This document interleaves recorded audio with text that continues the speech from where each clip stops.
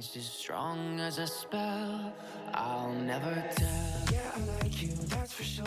Hi guys, welcome back to Exmo Lex. Today I'm going to read some stories that you guys have submitted to me about leaving the Mormon church. As I've said before when I made videos like this, these sorts of things really resonated with me when I was in the process of leaving. They really helped me sort of grieve the loss of the church because it really does feel like a loss sometimes. They helped me process my feelings, they helped me get through that hard time, they helped me find a community, and they made me feel like I wasn't alone. I will of course add this video to a playlist with more stories, so if that's something that you guys are interested in looking at, check out the playlist so you can see the other videos too. And without any further ado, let's get started. I haven't quite left the church yet, but I plan on it soon. I'm 21, and this story took place when I was very young.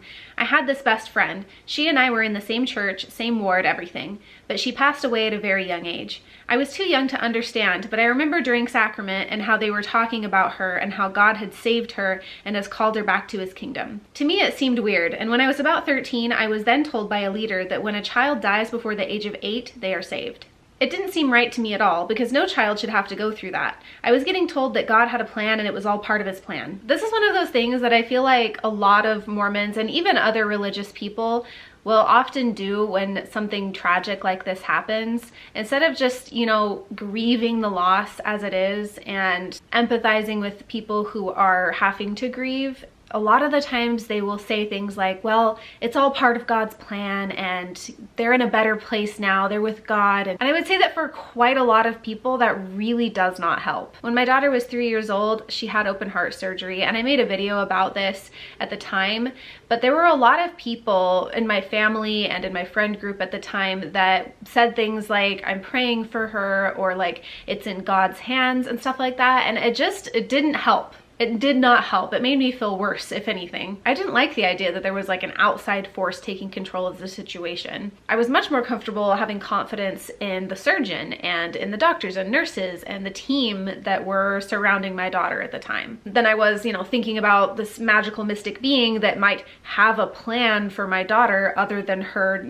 having her heart surgery and waking up perfectly fine. So I totally understand this person feeling uncomfortable with those sorts of comments. I prayed and prayed and cried myself to sleep most nights because I wasn't getting an answer. And at 13, I became severely depressed. Tried to take my life several times, but got too scared. I would try to go to Young Women, but it never felt like they really wanted me there. And soon it became clear that what they'd sing made me uncomfortable, and the leaders made me uncomfortable. I was once asked to be a secretary for the Young Women, and I declined several times before getting put in a room with about 4 or 5 men. I'm a 5-foot-tall girl, and felt pressured into taking it. After that, I lost most respect for the people and the teachings of the church. I began to actually heal at 18 from the passing of my friend. I began my search for what I truly believe in and who I truly am. It's just a matter of time before I gain the courage to officially leave the church. Thank you for allowing me to share this with you. Thank you so much for emailing me and sharing your story with us. This story of being pressured to take a calling is pretty intense. I would say that within the church, there usually is quite a bit of pressure to say yes to a calling, because the leaders themselves have said repeatedly in different conference talks and things like that you should never say no to a calling. One of my seminary teachers actually told us a story of a woman in church who was asked to play the piano in primary, and she said yes to the calling, even though she had never played the piano in her life. She bought a piano and was like fully on board with trying to learn how to play so that she could play for the primary. And then the bishop eventually realized, like, you should have told me you didn't know how to play the piano. But she was so used to just saying yes and feeling like, if they're asking me this, I have to say yes because this is coming from God, because this is my priesthood leader and we look up to our priesthood leaders to give us direction from God. But being surrounded by a bunch of men and pressured into taking a calling, it's just messed up. I'm sorry that you had to go through these things, but I hope that your journey is going well, and I wish you the best of luck in the future. It's hard to say where my deconstruction began, in all honesty. I was raised by TBM parents, but was always a Jack. For those of you who don't know, a Jack or a Jack Mormon is somebody that is a member of the church and, participates mostly, but maybe doesn't believe in quite everything.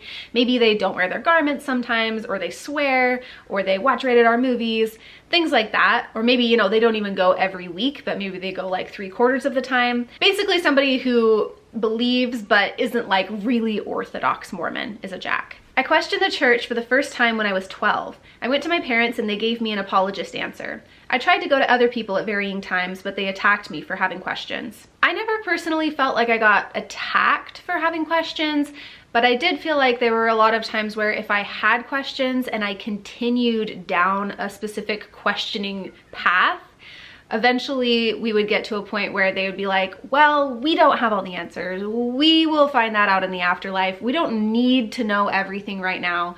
I even saw recently a post where a Mormon was comparing the church to like a puzzle, and it's okay if we don't have all the puzzle pieces. We don't need to throw the puzzle away. Definitely a lot of that sort of attitude where it was like, yeah, like stuff doesn't always make sense and we don't really understand, but like the church is still true. Just forget about that stuff for now and we'll figure it out when we die. Super, super helpful. At some point, the answers I got stopped satisfying me. My parents took a turn that I would now describe as believe what you want, just be Mormon.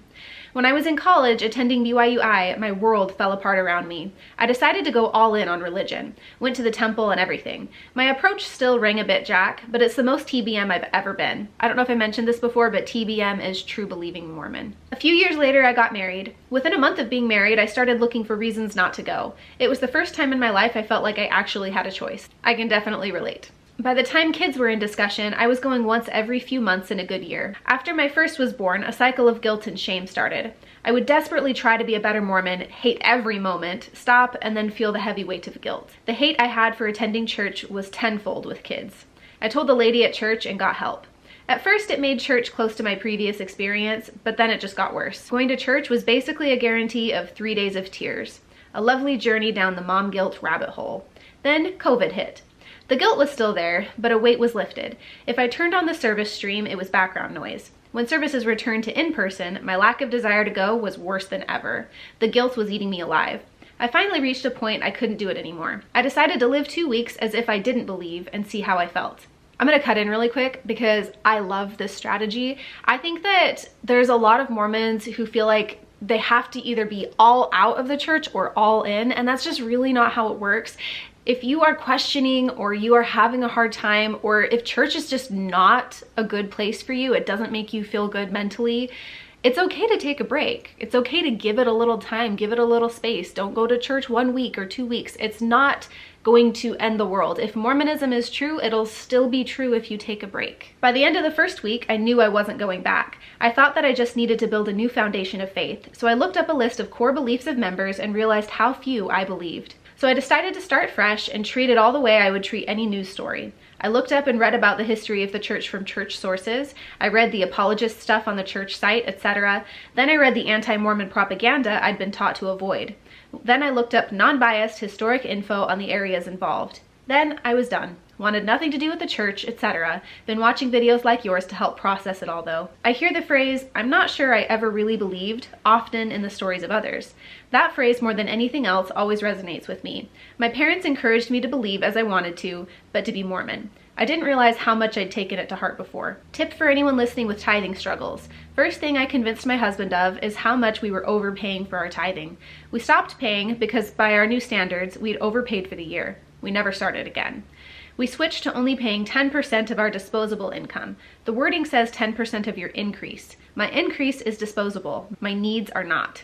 Love that. See, this is another example of not being all in or all out and seeing how it goes. I have to say to this person that I love the way you handled this, trying different things, seeing what felt good to you, seeing what was good for you, and then looking into it in a way where, you know, you can see one side, you can see the other side, trying to see a sort of balanced middle and figure out what you believed from there.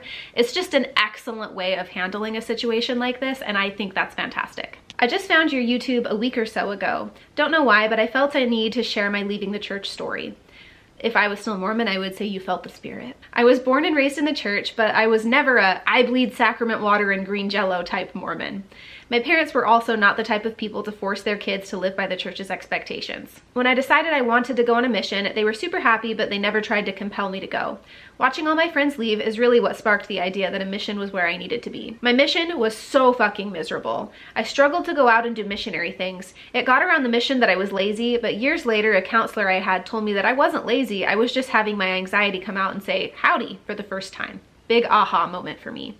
I went to film school and didn't go to church much at all for 2 or 3 years. Shortly after I graduated from college, my younger brother was murdered. Oh my God. I am so sorry. There are not even words.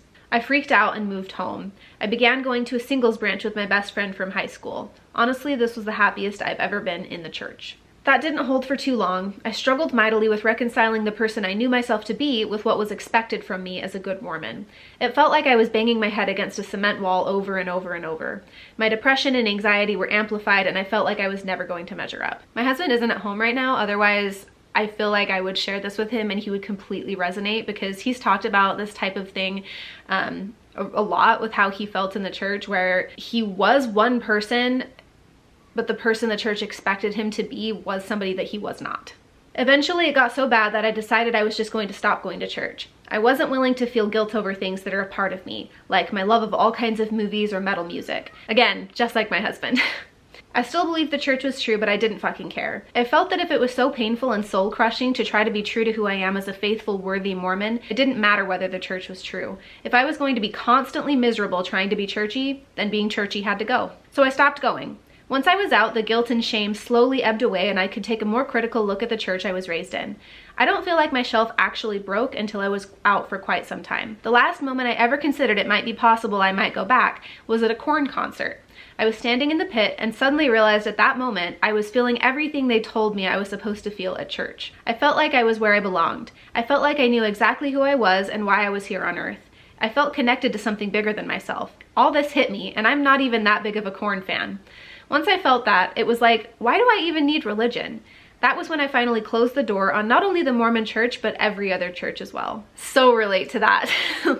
About a year after we left the church, we went to a Ghost concert, and it was one of the most spiritual experiences of my life. I've actually seen them twice now, but that first one was just so special to me in a way that it's hard to describe, but I had a lot of the same feelings that I felt in church, but even better. Thank you guys so much for sharing your stories. I really appreciate it, and I know the viewers appreciate it. So if you're watching this right now and you appreciated hearing these stories, please leave a comment of support for these people who shared. I know that a lot of us who have left a church like Mormonism understand how difficult it is to lose a community. And being able to have a platform like this and bring people together and, you know, have discussions in the comments and make new friends and things like that is really, really important. So I really appreciate that. And if anybody else would like to share their story, I do videos like this from time to time where I just share stories from others.